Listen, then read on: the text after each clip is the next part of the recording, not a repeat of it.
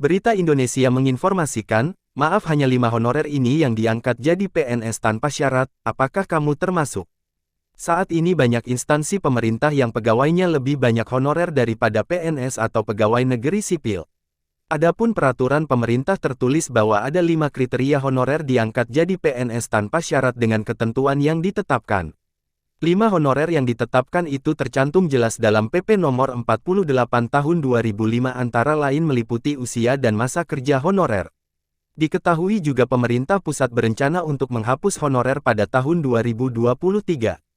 Oleh karena itu, semua masalah yang berkaitan dengan honorer di instansi pemerintahan harus diselesaikan tahun ini dengan maksimal sesuai amanat RUU ASN. Lalu 5 honorer seperti apa yang diangkat jadi PNS tanpa syarat?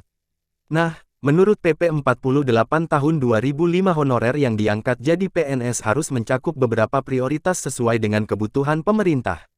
Tidak hanya itu, honorer yang diangkat jadi PNS didasarkan pada usia dan masa kerja. Namun, hal ini tidak berlaku bagi dokter honorer yang telah selesai atau sedang bekerja di unit pelayanan kesehatan pemerintah. Adapun dalam peraturan pemerintah PP 48 tahun 2005 ada 5 honorer bisa diangkat jadi PNS meliputi 1. Tenaga honorer yang telah bekerja secara terus-menerus selama lebih dari 20 tahun dan usianya tidak melebihi 46 tahun. 2. Tenaga honorer yang bekerja 10-20 tahun secara terus-menerus dengan usia 46 tahun.